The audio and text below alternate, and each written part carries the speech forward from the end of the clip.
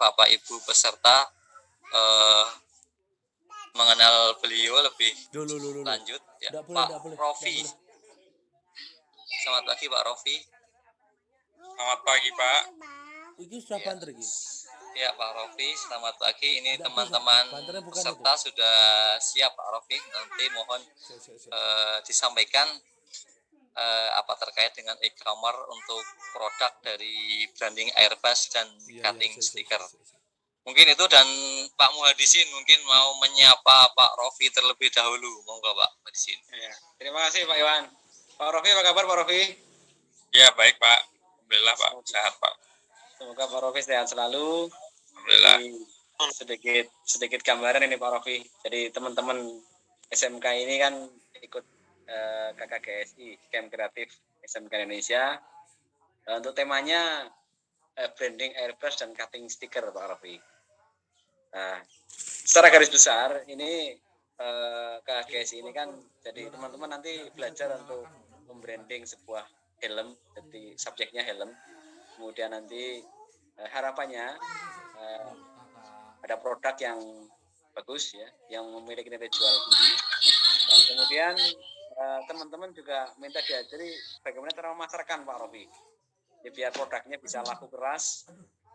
Karena kami sendiri di SMK, terutama kami basicnya mayoritas dari jurusan otomotif Pak Rofi. Walaupun ada beberapa teman yang dari jurusan lain, tapi basicnya rata-rata otomotif. Dan kami masih awam tentang e-commerce. Nah kami sendiri tahu Pak Rofi itu luar biasa di dunia e-commerce, berkecimpung di dunia e-commerce, di Bukalapak juga. Kami mau menimba ilmu Pak Rofi, ke Pak Rofi itu. Mudah-mudahan pertemuan kali ini walaupun via virtual ya, via Zoom, bermakna bagi kami semuanya. Mungkin itu, terima kasih Pak Iwan, Pak Rofi. Kita siap untuk menimba ilmu dari Pak Rofi tentang e-commerce untuk yang dekat Airbus. Terima kasih. Assalamualaikum warahmatullahi wabarakatuh.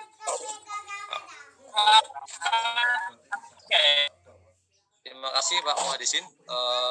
Langsung saja ke Pak Rofi sebagai narasumber utama pada pagi hari ini. Pada Pak Rofi, kami persilahkan. Monggo Pak.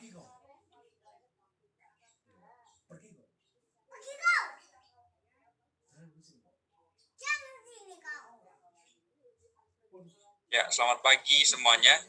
Assalamualaikum warahmatullahi wabarakatuh. Salam sejahtera untuk kita semua. Salam sehat. Semoga kita pada pagi hari ini yang mengikuti acara ini diberikan kesehatan, kesegaran, produktivitas ya untuk selalu bisa menjalankan kegiatan sehari-hari. Karena saya kira di dalam waktu yang sekarang ini mungkin agak waktu yang sulit gitu ya. Saya kira beberapa hal yang bisa dipelajari adalah terkait dengan bisnis-bisnis yang sedang berkembang gitu ya di Indonesia. Nah, bisnis salah satu yang sedang berkembang adalah bisnis perdagangan online atau perdagangan melalui sistem elektronik atau yang biasa disebut sebagai e-commerce ya. Jadi sebetulnya tentu kalau dari sisi perdagangan sudah banyak dari dulu mungkin sudah mulai berkembang, tapi ketika itu lebih banyak lagi kesempatan yang mungkin yang tumbuh gitu ya dari sisi perdagangan, karena orang-orang banyak yang tadinya mungkin takut gitu ya mencoba, tapi ketika pandemi mau nggak mau dipaksa untuk mencoba, baik dari sisi konsumen maupun dari sisi pedagang. Nah, dari sisi hal tersebut saya kira seluruh masyarakat, terutama ya produsen, dalam hal ini saya menganggap teman-teman dari SMK ini pasti kan juga memproduksi tapi ingin juga pengen memasarkan dan memperdagangkan gitu ya. Walaupun sebetulnya tidak perlu kalau di online sebetulnya kadang-kadang antara seller dan produsen itu suatu hal yang berbeda begitu ya. Antara orang yang memproduksi biasanya tidak harus langsung serta-merta menjual, tapi bisa mencarikan seller atau reseller gitu ya, atau pedagang yang menjualkan barang kita. Tapi dari sisi ini saya kira baik sekali niatnya untuk bisa didukung ya. Karena saya sendiri Pak bekerja sebagai sebenarnya di sekretariat asosiasi Pak. Jadi bukan di pelaku ya. Jadi Bukalapak itu salah satu anggota kami juga di asosiasi e-commerce. Tapi saya sendiri bukan bekerja di Bukalapak. Dulu saya pernah bekerja di Bukalapak, tapi bukan sekarang bukan sebagai karyawan lagi. Tapi saya sekarang sudah bekerja penuh di asosiasi, membantu semua pelaku usaha. Jadi tidak hanya Bukalapak, tapi semua ya, Tokopedia, Shopee, Gojek dan sebagainya. Itu saya bantu juga. Mudah-mudahan nanti saya bisa memberikan beberapa hal ya, catatan terkait dengan apa yang kira-kira bisa dipelajari terkait dengan kewirausahaan di era digital. Dalam hal ini saya mungkin ingin klarifikasi dulu ya, cara untuk cara untuk supaya bagaimana jualan online laris ya, itu mungkin saya kira terdengarnya sederhana, tapi tentu harus ada harus ada pembelajaran yang secara serius begitu ya, karena jualan di offline dan online itu berbeda ya, 180 derajat ya, walaupun sama-sama jualan tapi cara teknik dan prinsip-prinsipnya sangatlah tidak sama gitu. Jadi nanti saya kira ini adalah pengantar, jadi tidak mungkin ya setelah mengikuti ini langsung pakar gitu ya, langsung bisa, tapi mungkin menjadi jembatan bagi teman-teman untuk bisa belajar lebih lanjut ya terkait dengan apa yang harus dilakukan untuk berjualan secara online. Ini saya mungkin untuk menambah pengetahuan teman-teman, karena dari kalangan akademis juga ya, saya kira beberapa hal saya ingin memberikan gambaran ya. Ini sebenarnya profil asosiasi kita didirikan tahun 2012 Bapak Ibu ya. Sekarang sudah tahun 2021 ya. Sudah sekitar 250-an anggotanya di asosiasi. Tapi tidak semuanya marketplace atau perdagangan barang. Banyak juga perdagangan jasa, perdagangan barang virtual ya, pariwisata, perbankan ya. Ada yang juga misalnya payment dan sebagainya dan segala macam. Jadi memang kita mengakomodir berbagai macam model bisnis. Model bisnis ini artinya tidak semuanya kalau kita lihat itu sifatnya adalah ya, kalau Bapak Ibu paham seperti Bukalapak gitu ya. Bukalapak itu kan banyak perdagangan barang, tapi juga ada perdagangan jasa dan ada perdagangan barang virtual. Nah itu juga sekarang sudah banyak. Intinya sih sama. E-commerce itu kan kita asosiasi dari sisi platformnya. Platform itu apa? Sebenarnya penyedia lapaknya, penyedia pasarnya. Ya, kita itu sebenarnya kalau di offline sama seperti penyedia mall lah ya. Jadi kita asosiasi penyedia mallnya atau penyedia pasar, PD Pasar Jaya kalau di Jakarta misalnya. Saya kira itu kita penyedia pasarnya. Jadi kita bukan asosiasi UMKM-nya atau asosiasi pedagangnya. Kita bukan di situ. Jadi semua yang bergabung kita itu platform.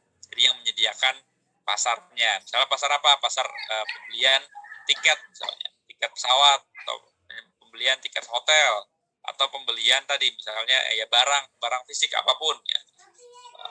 Atau misalnya marketplace atau untuk misalnya barang-barang makanan gitu ya, GoFood ya, GrabFood dan sebagainya. Jadi kita memang asosiasi dari sisi platform atau penyedia tempat berjualannya. Nah ini sedikit aja sebenarnya ya data. Kalau kita lihat buat Bapak Ibu, kenapa sih kita harus belajar terkait dengan perdagangan online atau digital? Ya kalau kita lihat sebetulnya kita ini punya modal ya cukup besar untuk bisa unggul dalam hal perdagangan online. Dan berapa misalnya urbanisasi kita ada di angka 55%, artinya sebagian besar masyarakat Indonesia sekarang sudah bisa menikmati akses terhadap internet ya, yang cukup murah dan kencang gitu ya. Karena ya saya kira pasti kalau akses yang kencang itu ya di perkotaan. Nah, masyarakat Indonesia lebih dari 55% ada di perkotaan. Nah, itu artinya bisa mengakses lebih banyak. Jadi tidak hanya masyarakat Indonesia sekarang ya mengakses internet untuk hanya berkomunikasi ataupun mencari hiburan, tapi juga sekarang sudah menjadi cara penghidupan ataupun untuk mencari lahan mata pencaharian. Orang berjualan, orang misalnya cari uang gitu ya, sudah banyak sekarang. Nah, pengguna internet Indonesia itu ada berapa? Ada 175 juta orang yang pakai internet di Indonesia atau 64%. Nah, saya selalu bilang ke teman-teman UMKM kalau misalnya Anda masuk ke online, bayangkan jangan misalnya kalau sekarang misalnya saya nggak tahu ya, apakah teman-teman kan saya kira kayak ini ada di beberapa daerah ya. Misalnya ada yang di Kebumen misalnya, ya kan pasti berpikirnya saya mau pokoknya laris di Kebumen. Nah, kalau online berpikirnya jangan seperti itu. Berpikirnya adalah seluruh pengguna internet. Ya, yang di sini di Indonesia ada 64% atau 175 juta.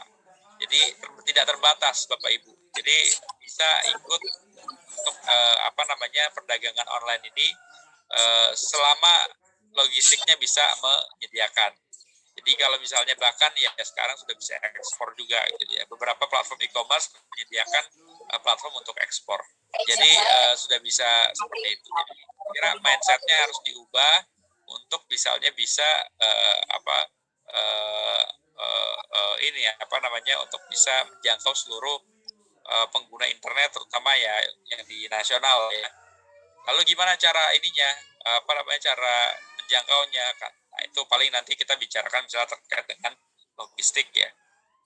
Kemudian sosial media juga ini salah satu yang penting ya. Apa sosial media? Apakah kita ngajarin berjualannya di sosial media? Nah, sosial media itu adalah bukan platform untuk berdagang, tapi platform untuk beriklan. Jadi itu yang harus dibedakan ya. Jadi pengguna medsos Indonesia itu ada sekitar 160 juta ya, sangat aktif banget. Bapak Ibu pasti punya Instagram, Facebook ya, TikTok sekarang itu iklan. Jadi harus dimanfaatkan untuk perdagangan mengiklankan barang kita. Nah, nanti jualannya di mana? Jualannya adalah di platform e-commerce seperti tadi Bukalapak, Tokopedia, Shopee dan sebagainya. Kenapa? Karena dia memfasilitasi pembayaran. Jadi kalau misalnya nanti ternyata sebagai konsumen ya, kalau barangnya tidak sesuai nanti ya bisa dibalikin uangnya. Nah, apakah berlaku sebaliknya? Berlaku sebaliknya. Kalau nanti ternyata misalnya transaksi online itu ditransfer langsung, ya sekarang yang tipu itu bukan hanya konsumen, tapi penjual juga sekarang udah banyak yang mengalami penipuan ya dari karena dikiranya udah ditransfer pakai bukti transfernya palsu gitu ya. Tapi ternyata dan kemudian barangnya udah dikirim ternyata uangnya nggak masuk gitu.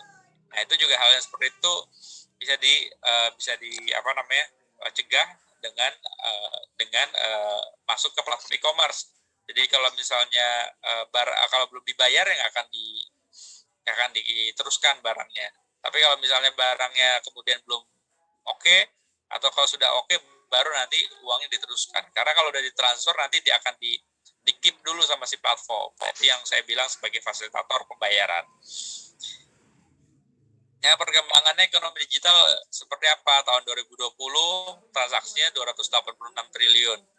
Ya, ini perspektif aja, setiap tahun tumbuh 38%. Jadi kalau misalnya Bapak Ibu nih ya sebagai pebisnis misalnya memandang berapa pertumbuhan online ya. Ya, setiap tahun bayangkan aja omset Bapak Ibu tumbuh sepertiga gitu. Ini datanya Bank Indonesia. Dan prediksinya lebih tinggi lagi. Jadi tahun 2025 ekonomi digital itu udah semuanya ya, termasuk dengan travel, transportasi dan segala macam itu 124 miliar US dollar. Kalau di Indonesia kan sekitar 1.800 triliun. Besar sekali. Jadi ini harus ditangkap peluangnya oleh teman-teman, manfaatnya harus didapatkan ya dari ini agar semua bisa merasakan. Kemudian Harbolnas itu ada yang Bapak Ibu tahu kan Harbolnas ya? Hari Belanja Online Nasional. Biasanya itu tanggal 12 atau 12 Desember ya setiap tahun. Nah, itu biasanya kan ada tuh yang setiap bulan juga ya. Sekarang ada 88, tahun depan bulan depan ada 99 dan seterusnya sampai 12 puncaknya. Nah, transaksi Harbolnas itu selama 3 tahun juga naik 70%. Nah, saya kira ini yang harus dimanfaatkan oleh Bapak Ibu semua untuk bisa masuk ke ekosistem online. Nah, sedikit pandemi ya, bicara pandemi, ini mungkin nanti ini mengubah perilaku di 3 hal ya pandemi ini. Ada pertanyaan mungkin, apakah dengan adanya pandemi orang-orang jadi nggak mau belanja online? Justru sebaliknya. Jadi karena pandemi, ya orang-orang jadi yang tadinya nggak tertarik online, jadi semuanya ke online. Ya. Bahkan kalau Bapak Ibu tahu, mall-mall di Jakarta yang elit-elit sekarang udah ada online-nya semua. Karena mereka nggak sanggup kan, mall ditutup semua, jadi pada mau nggak mau yang masuk ke online. Ya, jadi ada interest baru, ada beberapa kategori baru yang tumbuh, misalnya seperti kategori barang-barang primer.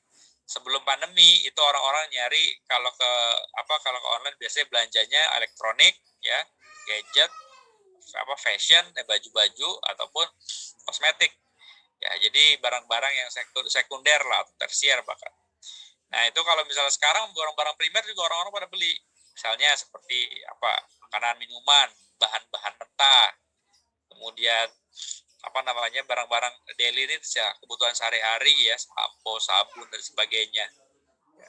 Kemudian banyak juga pedagang yang masuk ke online dan sebagainya. Kemudian saya cerita ya, ini sedikit transaksi Harbolnas berapa sih? Itu ada sekitar 11 triliun dari dalam satu hari tersebut ya. Produk lokalnya berapa? 5,6 triliun. Hampir setengahnya itu adalah barang lokal. Jadi Bapak Ibu kalau sekarang tadi ya produknya adalah helm, airbrush. Ya saya kira kalau misalnya produknya bagus dan bisa bersaing, saya kira nggak ada ceritanya gitu bisa kalah dengan yang lain gitu ya. Apalagi produk impor dan sebagainya. Saya kira semuanya sangat terbuka gitu ya untuk bisa memanfaatkan atau mengambil untung dari perdagangan online ini. Nah ini gitu ya, jadi ini juga ya ini sekilas aja Bapak Ibu pembayaran apa aja yang dipakai. Nah ini yang mungkin yang paling penting ya, kategori paling laris selama Harbolnas ya. Jadi sebenarnya kalau dari sisi Harbolnas kemarin 2020 Desember 2020 itu kategori yang fashion ya tetap yang paling utama. Itu misalnya kedua kosmetik ya, teknologi, gadget itu juga yang ketiga. Nah yang menarik juga sekarang yang personal care sama food beverages itu masuk ya. Food and beverages itu adalah makanan minuman ya, beli kopi, beli makanan segala macamnya. Kemudian daily needs juga naik. Ini beberapa kategori yang tahun sebelumnya belum ada, tapi ternyata gara-gara pandemi justru naik nih kategori baru 3 ini. Nah produk helm ada di mana ya? Kalau saya lihat mungkin produk hobi atau produk fashion mungkin ya sebenarnya ya. Jadi memang itu kan sebenarnya untuk pelengkap ini ya, pelengkap transportasi begitu ya. Saya kira ini juga salah satu yang dicari di online. Ya ini juga sebenarnya strategi, sebenarnya gimana sih strateginya untuk UMKM onboarding? Onboarding itu apa? Onboarding intinya daftar ke platform e-commerce. Jadi baru sedikit yang daftar ya. Mungkin sekarang baru sekitar 22% dari total UMKM nasional. Jadi potensinya masih sangat tumbuh, termasuk Bapak Ibu di sini yang mungkin harusnya itu sudah bisa mengikuti berjualan secara online. Nah, caranya gimana? Yang pertama ini sebenarnya untuk ini ya, secara umum ya. Pertama adalah onboarding. Onboarding itu adalah daftar intinya. Dari offline ke online. Bukan pindah ya, tapi sebenarnya yang bisa jadi kalau mungkin Bapak Ibu awalnya di offline, mau coba online juga ya nggak apa-apa. Tapi harus serius aja, jangan cuma jadi side atau jadi sampingan gitu ya. Jadi intinya bisa terregistrasi di online, di platform marketplace ya. Maunya di mana? Mau di Bukalapak, mau di Tokopedia, mau di Shopee bisa ya. Nah, caranya gimana kalau misalnya ini sebenarnya kan gampang ya. Syaratnya itu cuma nomor HP. Punya nomor HP itu bisa berjualan. Ya yang lain-lain nanti ini paling punya nomor rekening jelas ya. Nah, tinggal biasanya kalau dalam pelatihan onboarding ya yang disediakan oleh marketplace itu nanti akan diajarin tuh gimana caranya menulis deskripsi produk, bagaimana caranya memfoto produk supaya menarik ya, membuat judul dan sebagainya. Itu basic banget. Ya kalau misalnya seperti itu saya kira itu bisa dilakukan secara mandiri, sebenarnya bisa belajar sendiri sebetulnya. Tapi kadang-kadang ada yang mungkin kurang paham, gaptek gitu ya. Itu biasanya ada disediakan pelatihan langsung.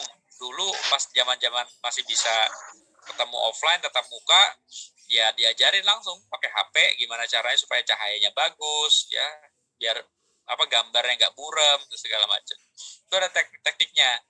Nah, saya kira anak-anak muda juga sekarang udah bisa lah kalau untuk sekedar untuk foto segala macam ya. Intinya ya harus jelas, menarik dan sebagainya. Nah, kalau udah masuk, kemudian apakah langsung dapat pembeli? Belum tentu. Ya, jadi itu juga yang harus diperhatikan. Jadi belum tentu masuk juga dapat pembeli, karena apalagi kalau penjual baru ya belum punya kredibilitas,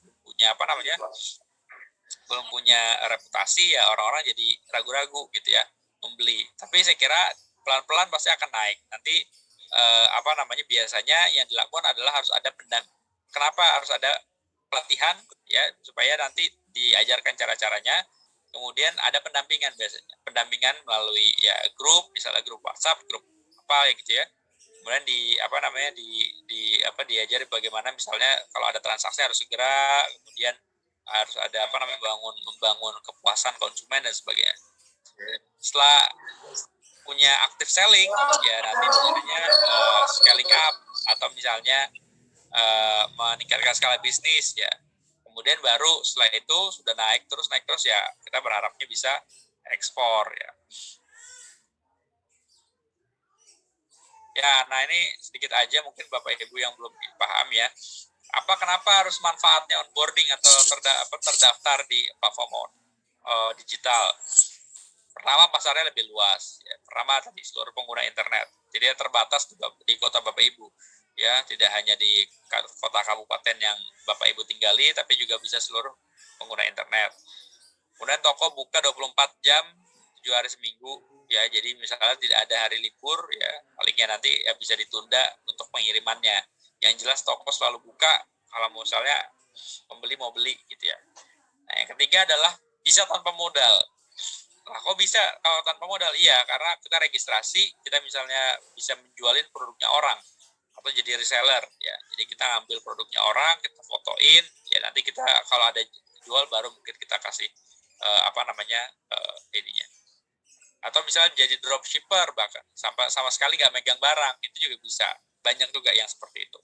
Jadi saya kira ini bisa macam-macam, bisa dimanapun ya. Jadi tidak terbatas tempat ya. Misalnya Bapak Ibu misalnya di mana ya, di Jawa Tengah ingin jualan di Jakarta ya bisa. Itu saya kira masih sangat bisa. Walaupun nanti ongkirnya seperti apa ya, ongkirnya bisa disiasati sebenarnya dengan manfaatkan agregator pergudangan. Nanti saya sedikit mention di akhir. Ya, praktis, hemat waktu dan tenaga, tinggal ya ini banyak sebenarnya ibu-ibu nih ibu-ibu ya, mahasiswa ataupun bahkan ya masih sekolah ya, SMK udah banyak jualan. Kenapa? Karena tinggal pakai HP ya, sambil disambi kuliah, bisa disambi kerjaan rumah tangga, itu bisa. Kemudian sarananya banyak, bisa melalui marketplace, sosial media, dan sebagainya macam. Banyak promo juga, ini juga harus dimanfaatkan. Banyak di platform-platform itu yang gratis ongkir, nah itu akan mendorong penjualan. Ya.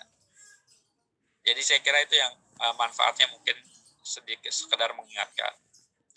Nah, ini sedikit saja juga ya terkait dengan rahasia sukses jualan online. Apa sih sebenarnya rahasia suksesnya? Sebenarnya ya tadi, kalau dari sisi ini ya simple, tapi dalam pelaksanaan pasti akan sulit. Yang pertama, responnya berkualitas. Ya, jadi misalnya kalau ditanya, yaitu harus segera ya, cepat, kemudian juga memberikan deskripsi yang bagus ya, dan bisa dipercaya gitu ya, bahwa nih memang reliable nih sellernya.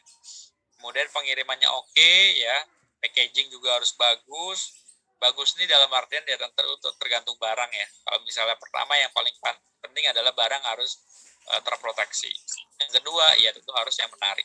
Ya ini sebenarnya ya prioritas. Kalau memang ternyata tidak mampu ya untuk buat yang menarik dan artsy gitu ya, ya nggak ada masalah. Yang penting barangnya benar-benar bisa sampai ini. Kemudian ada yang paling penting lagi ya, kualitas produknya harus baik. Kalau kualitas produknya nggak baik, ya sulit gitu ya. Apalagi misalnya kalau kita tidak bisa bersaing. Sekarang sudah banyak sebenarnya Bapak Ibu produk-produk misalnya apapun yang dijual di e-commerce apa ada aja. Tapi kalau misalnya kita produknya sama dengan toko sebelah ya itu susah bersaing. Tapi kalau misalnya produk kita bagus, ya punya daya saing yang baik, ya belum ada yang jual apalagi, ya itu saya kira bisa jadi peluang ya. Kemudian ada layanan purna jual, nah ini juga ada database pembeli, ini juga salah satu yang bisa dimanfaatkan untuk mendevelop produk ataupun pemasaran selanjutnya.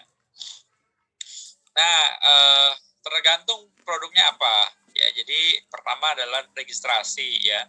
Masuk ke platform-platform yang ada di berikut. Ya, kadang-kadang ditanya, platformnya apa ya yang bagus ya? Ini kalau misalnya yang produk barang fisik ya, ini harus yang di tengah nih ya, yang Shopee, Bukalapak, Blibli dan sebagainya.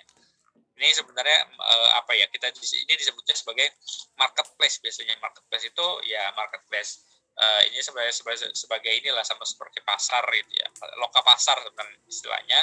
Ya di sini semua barang bisa masuk. Nah yang sebelahnya ini yang barang-barang yang khas ya, apalagi yang vertikal itu sebenarnya ada yang misalnya satu platform khusus untuk fashion, satu khusus untuk barang-barang kebutuhan bayi misalnya dan sebagainya. Jadi nanti kalau misalnya memang ini akan masuk ke sini, ada pariwisata, ada makanan, ada jasa, ya misalnya freelance dan sebagainya. Jadi misalnya masuk ke sini.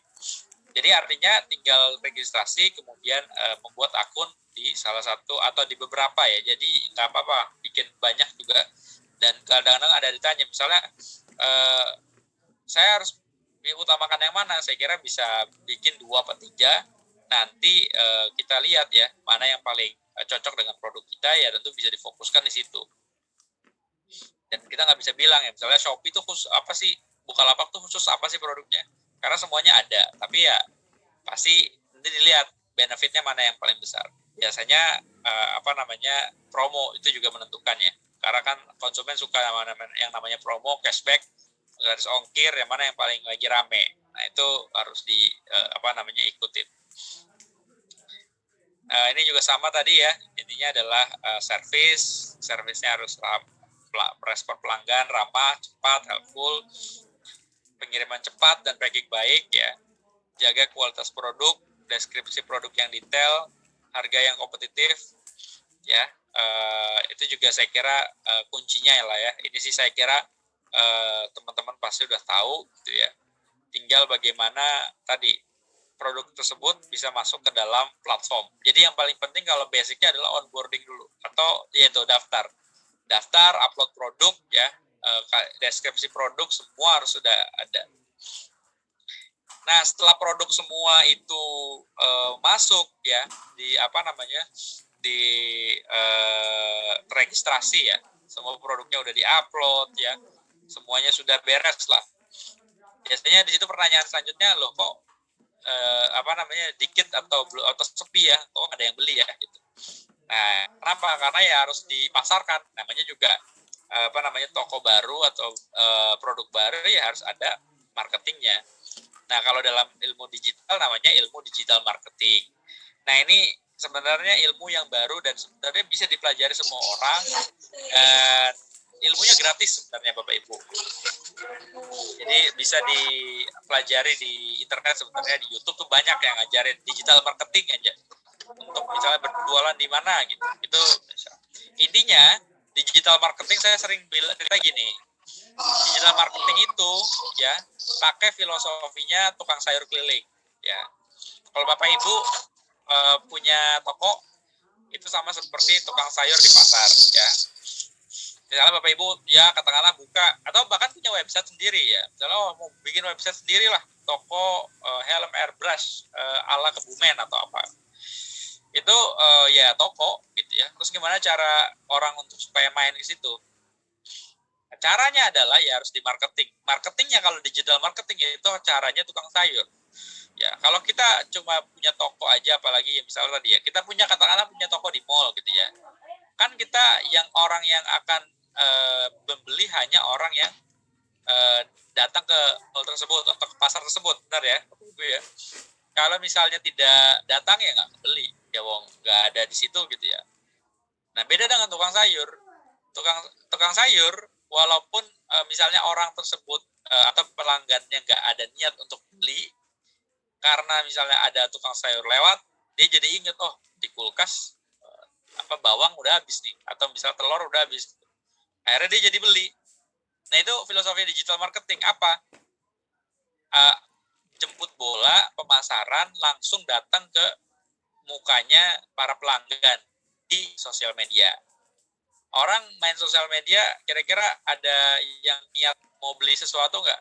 Ya nggak ada. Ya, tapi kita lagi scroll di Instagram gitu ya, dari atas ke bawah, tiba-tiba lihat, wah kok ada iklan biasanya. Iklannya, loh ada sepatunya bagus nih, murah lagi. Akhirnya saya jadi buka, jadi klik lihat, wah bagus juga, beli ah. Jadi nggak tidak sadar, dan kadang-kadang ya bisa, saya nggak bilang manipulasi ya, tapi intinya mempengaruhi orang untuk berbelanja.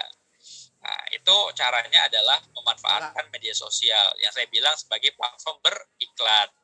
Ya, nah itu yang paling penting adalah ya tadi, selain di platform tokonya ya harus ada iklannya juga di sosial media. Makanya harus ada akun juga di sosial media, Instagram, Facebook. Ya. Bikin akun ya, di situ bikin konten-konten, kemudian nanti beriklan di situ. Beriklannya ya tentu bayar. Tapi apakah bayar? Oh berarti mahal dong kalau beriklan bayar kan? Ya bayang iklan pasti apa, di TV, radio, di koran, oh mahal. Enggak. Kalau di platform media sosial itu murah Bapak Ibu. Jadi itu bisa di set. Misalnya hanya untuk berapa 10.000 orang atau 20.000 orang. Itu bahkan misalnya mungkin 100.000 udah bisa dapat. Udah bisa ditarget. Yang penting umur segini. Misalnya kalau helm kan biasanya laki-laki ya. Laki-laki gitu ya. Dan sebagainya. Itu bisa di set. Dan itu bisa disesuaikan dan langsung muncul di di mukanya target pelanggan kita. Nah, caranya gimana? Yaitu harus ada sesi satu sendiri. Jadi saya nggak akan cukup nih untuk menjelaskan digital marketing A sampai Z. Belajar lagi. Tapi intinya adalah ini bisa dipelajari di YouTube juga banyak. Intinya cara untuk beriklan di Instagram, Facebook, Google. Kalau Google artinya dia akan akan crawling ke website. Kan kalau biasanya kalau kita buka berita tuh banyak tuh iklan-iklan. Itu biasanya Google. Kalau Facebook, Instagram bisa di platformnya mereka. TikTok juga seperti itu. Jadi ini bisa cara untuk supaya seperti tukang sayur. Jadi jemput bola langsung di depan rumahnya orang pelanggan kita. Nah ini kalau sudah meningkatkan skala bisnis untuk misalnya menggunakan agregator. Cuma saya kira kalau untuk pemula ya ini nanti belum ini ya. Intinya begini, filosofi agregator adalah dia adalah sebagai fungsi supporting bahasa ininya ya, outsource lah ya, mengoutsource salah satu fungsi bisnis kita. Kadang-kadang Bapak Ibu ya ada pedagang atau UMKM yang mungkin nggak sanggup untuk melakukan tadi ya, berjualan, mengurusi konsumen segala macam. Kita mau produksi aja, produksi udah cukup segini, saya mau cari orang yang bisa ngejualin. Nah itu ada namanya agregator, mempertemukan reseller dengan produsen gitu ya. Nanti ya saya kira ini bisa ini ada satu sesi sendiri sebenarnya. Intinya kalau misalnya kebutuhan macam-macam sekarang sudah banyak sekali ya orang yang menyediakan jasanya untuk membantu, dan ini skala UMKM Bapak Ibu. Jadi bayarnya nggak akan mahal. Misalnya nih ya saya jualan baju ya sama sebenarnya ini juga helm juga ya. Misalnya saya ingin foto produknya bagus pakai model gitu ya. Biasanya kalau misalnya foto produk harus yang cakep ya, cantik atau ganteng gitu ya. Kadang-kadang kita cari aja gitu ya teman kita yang tampangnya lumayan enak gitu dilihat gitu ya. Tapi kita pengen yang model profesional, nah itu udah ada. Bayarnya hanya mungkin 100.000 per potong baju ya, misalnya. Dan kalau nggak salah harganya kalau yang bisa dipakai juga sama orang-orang bule. Nah itu kan banyak tuh biasanya. Kok brand-brand biasanya kalau kan ada yang pernah bertanya nggak? Misalnya UMKM di Bandung ya yang menjual misalnya brand-brand coatingan mereka itu ya modelnya bukan juga model-model orang Bandung, modelnya udah model-modelnya orang bule yang kulit putih gitu ya. Nah itu sekarang udah banyak yang menyediakan platform dan harganya terjangkau. Dan yang nanti ini udah ini ya, udah di level selanjutnya.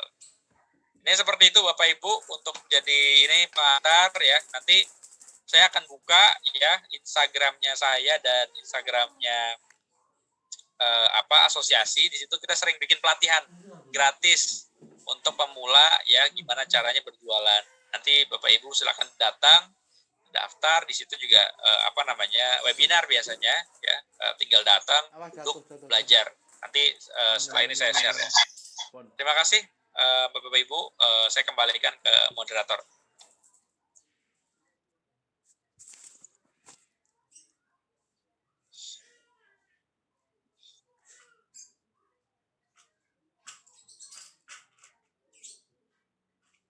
Ya, halo.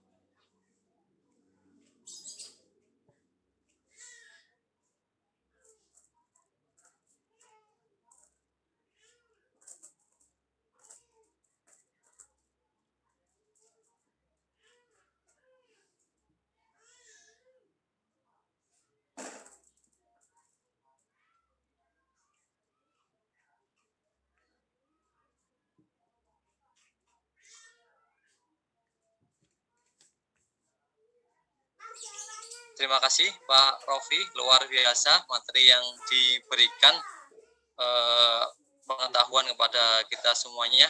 Kepada Bapak Ibu peserta, mohon beri aplaus terlebih dahulu ke Pak Rofi.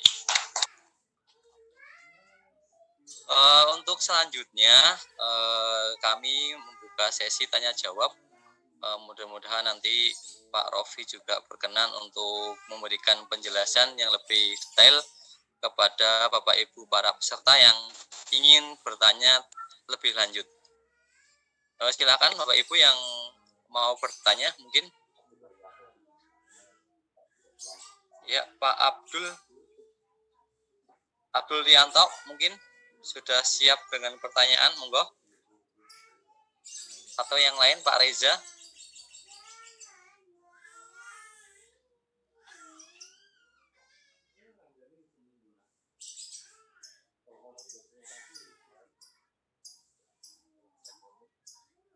Halo, Bapak Ibu peserta. Mungkin kalau tidak ada, saya sendiri Pak Rofi mau bertanya ini. Untuk di online Pak Rofi itu kita bisa membedakan reseller atau pedagang aslinya itu dari mana Pak Rofi? Atau kan kita nggak tahu penjual yang asli sama hanya reseller, ya kita tidak tahu. Jadi mungkin Pak Rofi bisa menjelaskan agar kita bisa melihat itu barang yang asli dari penjualnya. Maksudnya tujuannya untuk apa Pak membedakan ini? Sebenarnya hanya untuk mengetahui sebelum membeli gitu, atau itu asli atau enggak dari pembuat asli gitu, atau bukan gitu. Ya, maksud saya begini Pak, saya bicara begitu bukan berarti saya membedakan reseller dengan produsen. Bilang reseller misalnya barangnya tidak asli atau barangnya tidak berkualitas, enggak, bukan ke arah situ ya. Jadi reseller juga bagus-bagus. Jadi maksud saya tidak semua reseller itu tidak semua yang berjualan itu produksi sendiri. Banyak yang reseller. Dan reseller bagus-bagus. Jangan salah kaprah ya. Jadi bukan berarti kemudian kita memusuhi reseller, semua harus yang langsung dari produsen. Enggak. Reseller juga bagus-bagus, dan bahkan banyak ya produsen yang terbantu dengan adanya reseller gitu. Karena tadi saya bilang produsen banyak yang mungkin tidak punya waktu gitu ya untuk berjualan, ya udah kasih ke jaringan reseller ya, di setiap kota punya resellernya masing-masing, udah laku itu ya. Jadi saya kira maksud saya kalau misalnya teman-teman tidak punya produk ya itu bisa jadi reseller, tapi ya kelemahannya reseller barangnya ya tidak unik gitu ya. Maksudnya satu reseller punya ya mungkin puluhan reseller yang lain juga sama barangnya. Jadi apa daya saingnya gitu ya. Mungkin harganya juga beda-beda tipis, produknya sama gitu. Nah, itu tinggal gimana kita mungkin cara kenceng-kencengan cari konsumen dan marketing aja. Mau kalau misalnya teman-teman punya produk ya akan lebih bagus. Ya, terima kasih mungkin juga untuk pengetahuan kita bersama Pak Ferry. Yang lain, silakan monggo para peserta yang lain. Ya, silakan. Ya, Pak Ahmad Toha mungkin. Ya, Turun Pak.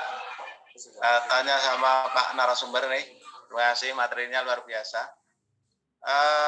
Kalau melihat harga-harga di marketplace itu luar biasa jauh dari pasar offline, Pak.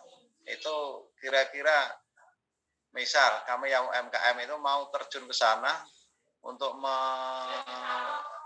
memberikan harga yang terbaik itu kadang-kadang bingung juga, Pak.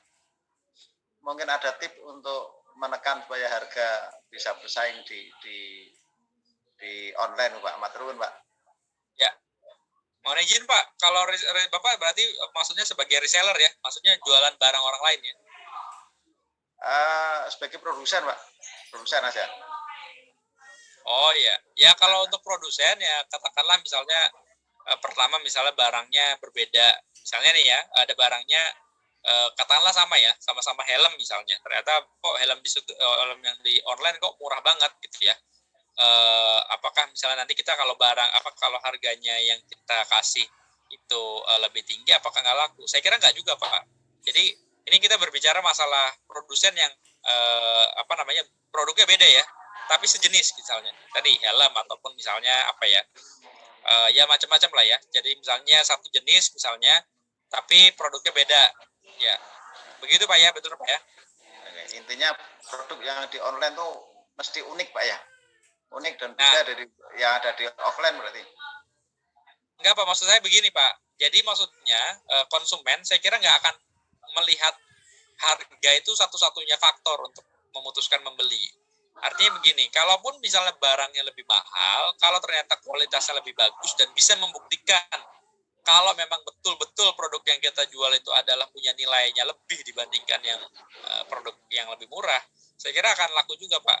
Karena ya saya kira itu rasional juga gitu. Pertama gini, orang misalnya beli misalnya katakanlah barang yang dipakai ya, pengen yang lebih awet, lebih nyaman, ya, bahannya lebih bagus. Ya. Ada yang misalnya yang kulit asli misalnya dibandingkan misalnya yang sintetis dan hal-hal seperti itu. Jadi secara material lebih bersaing. Ya, pasti itu akan lebih laku Pak. Maksudnya bukan lebih laku, tapi akan punya pasarnya sendiri maksud saya. Jadi tidak harus sebetulnya minder kalau misalnya ngelihat produk yang sejenis banyak yang banyak yang murah-murah ya Pak. Nanti saya bisa bersaing atau enggak. Konteks yang saya bilang tadi masalah bersaing masalah harga apabila produknya persis sama. Misalnya saya jualan misalnya misalnya kabel USB merek A gitu ya. Loh, yang 10 reseller yang sama jualan yang sama. Terus gimana cara bersaingnya? Ternyata saya dapat dari distributor A, mereka dapat distributor yang importirnya langsung misalnya. Yaitu bisa mereka akan lebih murah gitu ya. Kita kan udah distribusi ke yang berapa gitu ya. Nah, itu pasti pasti berbeda. Jadi saya kira kalau memang ternyata kita yakin value dari produk kita lebih tinggi atau lebih berkualitas dibandingkan barang yang lebih murah tadi, saya kira sih tidak ada masalah dan pasti akan punya marketnya sendiri Pak. Dan bahkan kita ya, kalau konsumen online kadang-kadang curiga kalau ini barang terlalu murah Pak. Artinya pasti ini memurahan gitu ya. Kalau udah murahan, saya kita nggak akan mau beli. Padahal saya sendiri sering gitu ya, melihat kalau misalnya ada barang yang ini saya cari yang yang mahal mana nih, supaya saya tahu kualitasnya memang lebih bagus. Ya tapi bukan berarti barangnya sama ya. Tapi ya saya memang cari yang satu tipe tapi yang memang barangnya bagus. Kira-kira begitu Pak. Ya masih. Ya. Selanjutnya mungkin Pak, dari Pak Reza. Ya, terima kasih atas waktunya. Pak Rofi, saya mau tanya ada 3 hal. Tadi kan disinggung keuntungan memakai platform online, itu kan kita bisa dapat data pelanggan. Data pelanggannya itu apa saja Pak ya? Itu yang pertama. Kemudian yang kedua, bagaimana kita mengelola data pelanggan itu supaya pembelian kita meningkat gitu. Nah, terima kasih. Sebenarnya lebih banyak yang saya tahu demografik Pak ya, demografik dan agregat. Jadi tidak apa ya istilahnya, tidak data pribadi gitu ya. Jadi kita nggak misalnya nggak akan dapat nomor ini ya. Ya misalnya gini, pasti ada data pribadi di misalnya untuk pengiriman ya. Misalnya Bapak, dan itu juga kepercayaan pelanggan ya. Jadi itu juga harus dijaga itu kan data-data pribadi, misalnya ada data rumah, data nomor telepon, segala macam gitu ya. Tapi sebenarnya bisa dilihat misalnya pelanggan kita dari kota mana saja sih gitu. Kemudian dari sisi demografis ya, apakah misalnya tadi misalnya umur berapa begitu ya yang beli gitu ya. Kemudian misalnya jam berapa misalnya yang biasanya laku gitu barangnya yang membeli gitu ya. Atau misalnya kalau barang-barang yang khusus gitu ya, misalnya seperti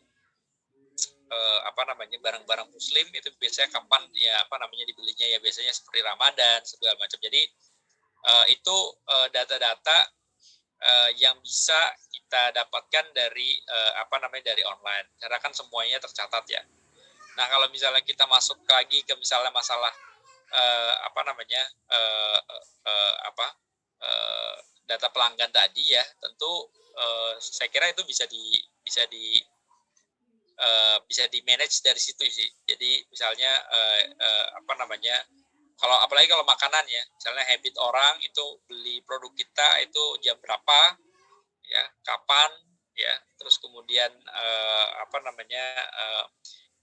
dalam bulan misalnya itu dalam tanggal berapa aja ramainya gitu ya. Kemudian biasanya kalau kita punya produk variasi produknya banyak ya, bisa nanti melihat dari misalnya produk apa sih yang paling digemari misalnya kan produk dari sisi ada misalnya 5 tipe produk kita gitu ya, mana yang paling digemari, dan itu yang nanti misalnya kita jadikan patokan untuk untuk misalnya develop produk yang baru misalnya.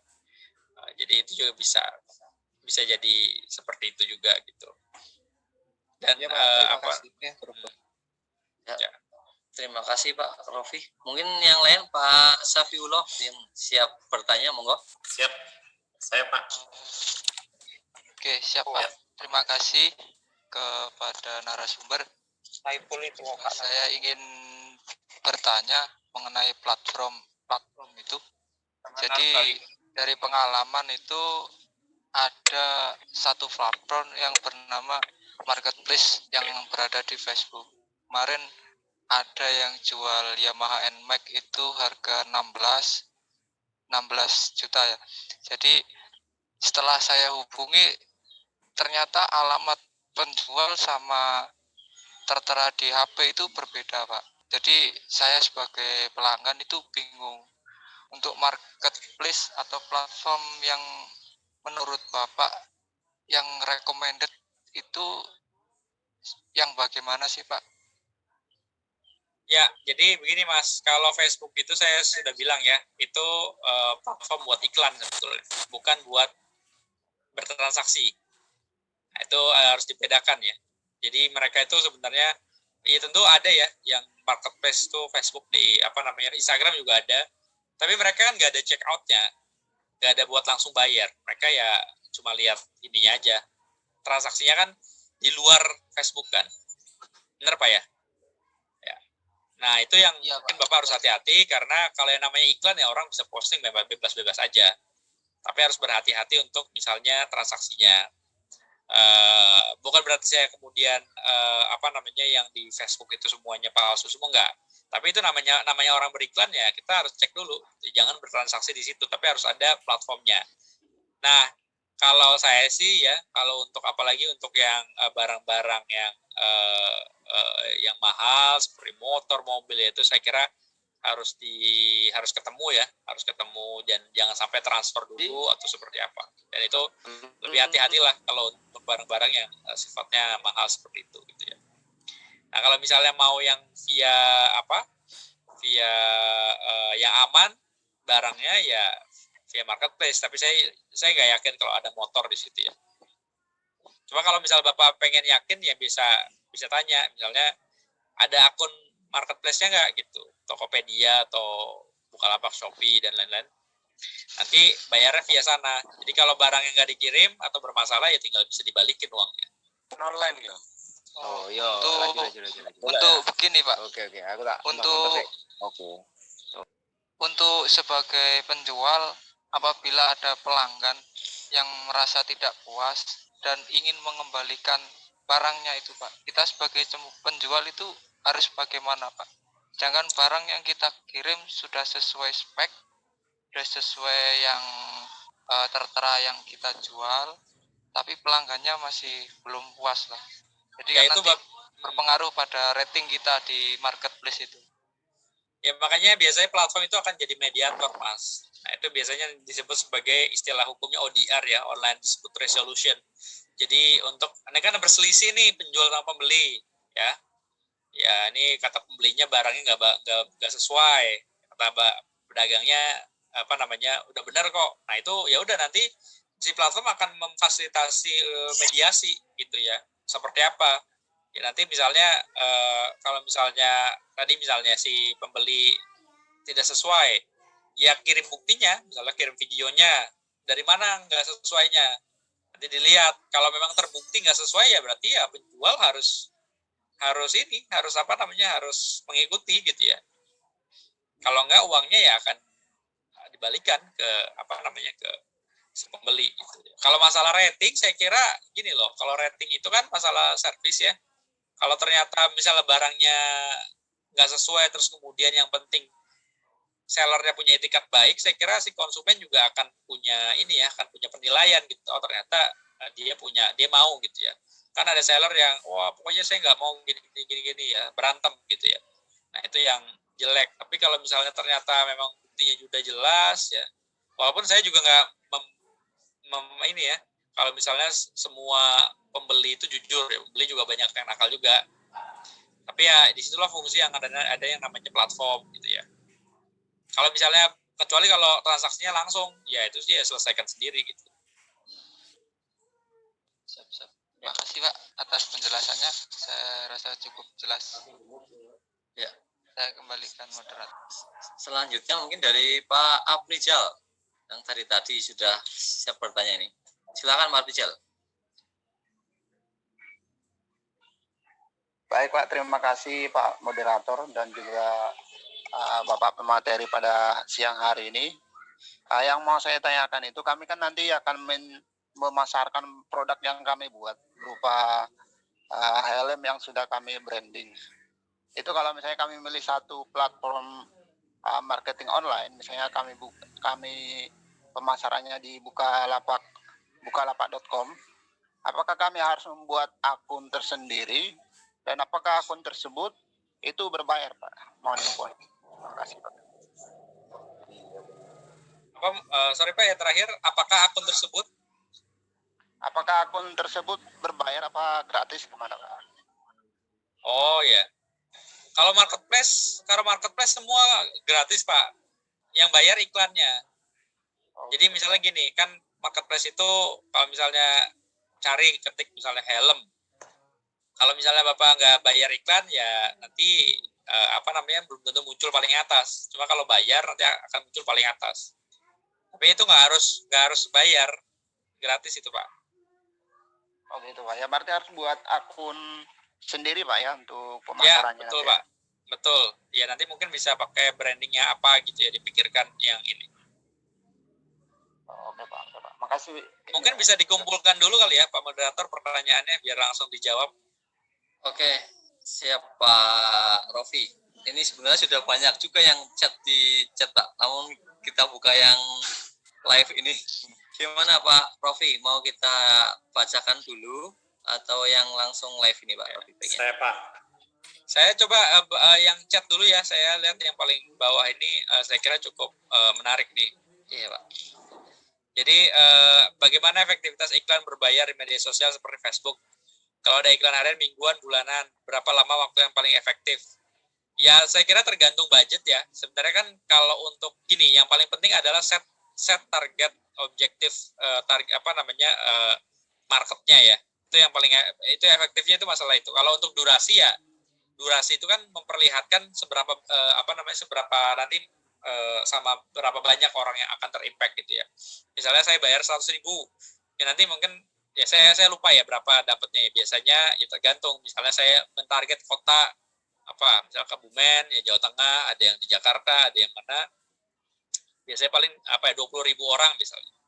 20.000 orang akan lihat gitu, akan lewat di Facebooknya dia. Nah, berapa lama ya saya kira apa namanya tergantung kampanyenya ya. Kalau kampanyenya misalnya semakin bagus kan terus menerus ya, sehingga awareness-nya ada.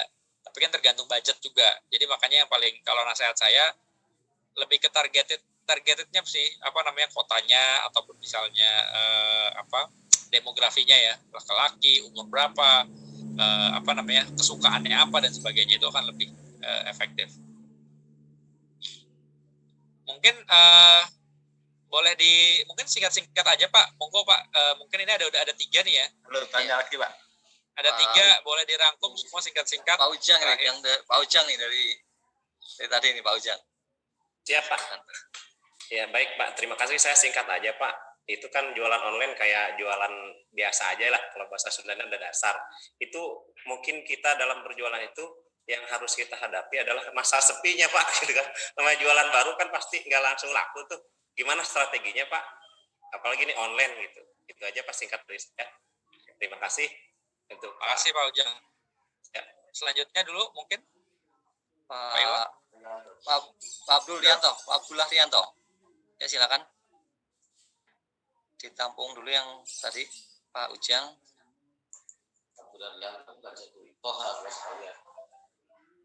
Pak Toha ini mau tanya lagi Pak Toha? Mau tanya lagi tentang sedikit saya Pak, sedikit aja. Iya silakan. Ditampung lagi ini. Untuk jualan di online kan harus 24 jam Pak. Tapi orang yang jualan mestinya kan perlu istirahat dan lain-lain. Apakah ada aplikasi yang bisa jaga toko online 24 jam ini Pak Matrun? Ya. Dua yang lain belum, mungkin itu dulu Pak Rofi. Ya Pak Abdullah enggak nih ya? Oke.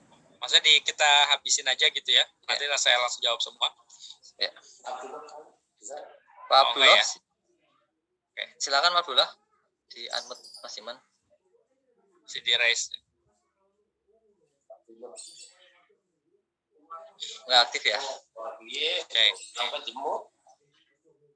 Oke. Ya, saya jawab aja ya sama yang di chat ya. Kalau nggak ada. Oke. Yang pertama terkait dengan caranya kalau sepi ya Pak.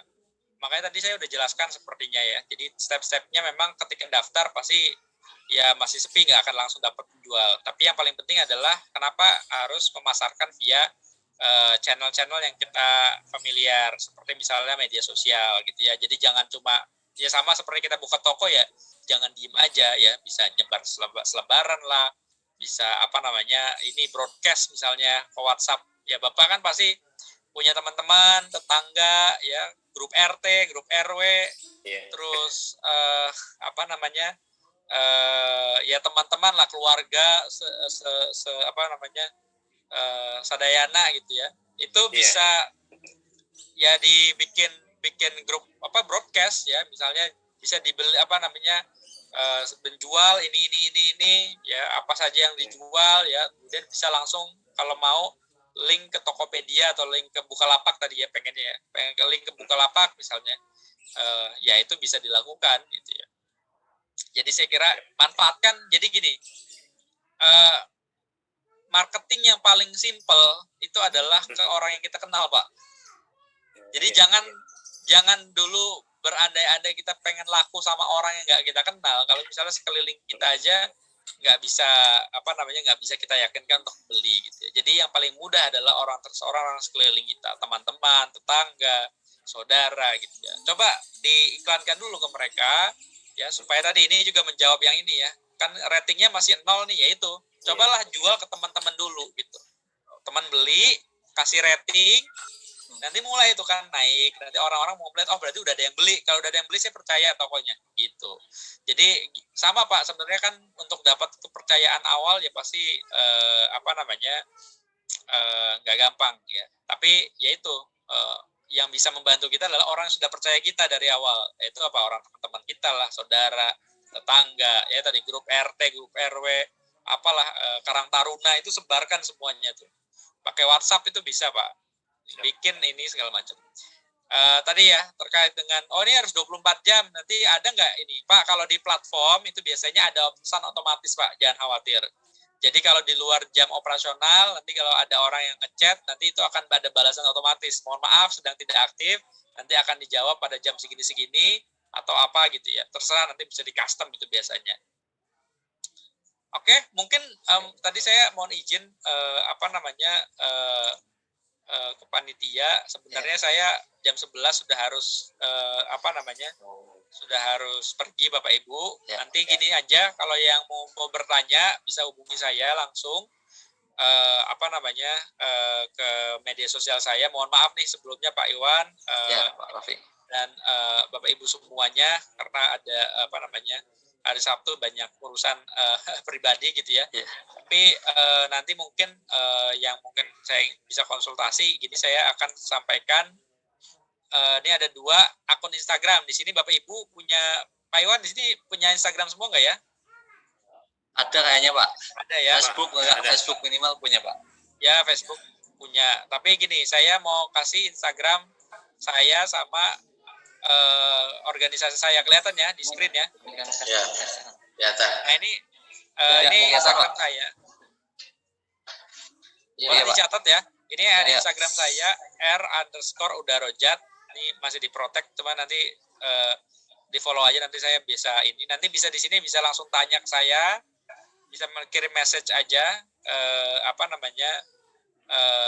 Kalau misalnya mau bertanya ya ke _udarojat. Nah, yang kedua, ini mungkin Bapak, monggo Pak, kalau ada yang mau dicatat ataupun mau di follow yang punya Instagram, monggo di foto aja kalau misalnya susah, atau di screenshot gitu ya. Screenshot. Kelihatan ya Bapak Ibu ya? Ya. Oke. Kalau sudah, nih kali ini juga boleh di follow. Ini juga Instagramnya asosiasi kantor saya ya. Jadi ini asosiasinya para pelaku industri e-commerce. Ya, di sini nih banyak sekali acara-acara yang yang pelatihan nih Bapak Ibu. Misalnya seperti ini, marketing ala media sosial misalnya. Ini gratis Bapak Ibu.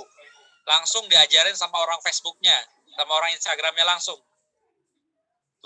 Asli, kita bukan yang asal-asal. Ini asli dari Facebooknya langsung, orang JNE dan sebagainya macam. Ya. Misalnya terkait dengan target pasar dan produk misalnya, ya. Ini ada di di Zoom gratis ini, langsung dengan para pelakunya ya, asli dari perusahaannya langsung, bukan orang yang mengaku-ngaku dari perusahaan gitu ya kalau kita sih. Jadi orang Facebook di Jakarta ya yang memang betul-betul yang ngurusin website platform media sosialnya itu kita datangkan. Karena Facebook itu kan satu perusahaan sama Instagram, WhatsApp ya. Jadi mereka bisa menguasai ininya. Ya, jadi ini misalnya pelatihan pasca onboarding misalnya, ini setelah gimana caranya untuk dapat ini segala macam banyak di sini. Jadi silakan di follow aja ya. Ini di screenshot ya, saya kasih waktu. Idea Association sama Instagram saya ya, _udarojat. Bisa terlihat ya Mas Iwan ya? Jelas Pak. Nanti ini juga kita record. Nanti juga bisa dilihat sama. Oke, baik. Semua peserta. Baik. Oke. Ya mohon maaf sebelumnya saya harus selesai duluan dari jadwal tanggal 12 harusnya ya. Mudah-mudahan bermanfaat Bapak Ibu. Nanti mungkin karena kemarin juga mendadak nih dihubungi oleh Pak Muhadisin baru hari Kamis, karena ini juga kita dapat limpahan dari Bukalapak.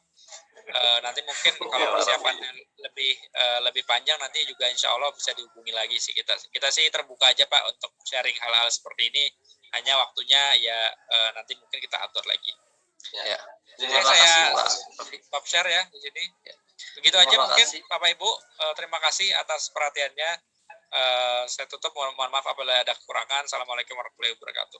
Waalaikumsalam warahmatullahi wabarakatuh. Terima kasih Pak Rofi. Terima kasih Pak Rofi atas ilmu ya, sharing ilmu yang diberikan. Semoga silaturahmi kita terus berlanjut Pak Rofi, dan teman-teman bisa juga follow medsos Pak Rofi sehingga bisa terus bersilaturahmi. Sukses selalu Pak Rofi. Terus teman-teman Linknya yang saya lain share di mungkin, chat ya Pak. iya siap. Ini linknya juga saya share di chat. Saya mohon izin kalau sudah tidak ada lagi. Terima kasih banyak Bapak Ibu atas undangannya.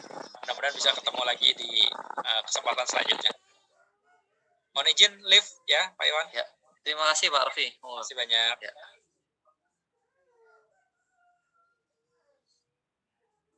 Ya. Terima kasih Pak Rofi dan teman-teman yang lain peserta KKGSI seluruhnya. Acara pada pertemuan ketiga kali ini sudah selesai. Untuk materi bisa nanti bisa kita share ya di share di chat juga. Nanti Bapak Ibu juga bisa follow medsosnya Pak Rofi sehingga bisa menambah ilmu lebih lanjut. Mungkin itu yang dapat kami sampaikan. Untuk koordinasi lebih lanjut nanti melalui grup WA kita. Mohon maaf atas kekurangan kami, kurang lebihnya kami mohon maaf yang setulus-tulusnya. Kita tutup acara pada siang hari ini dengan bacaan hamdalah bersama-sama.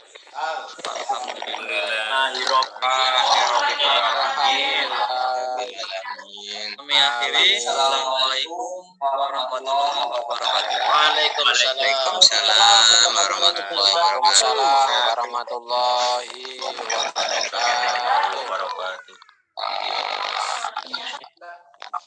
Halo.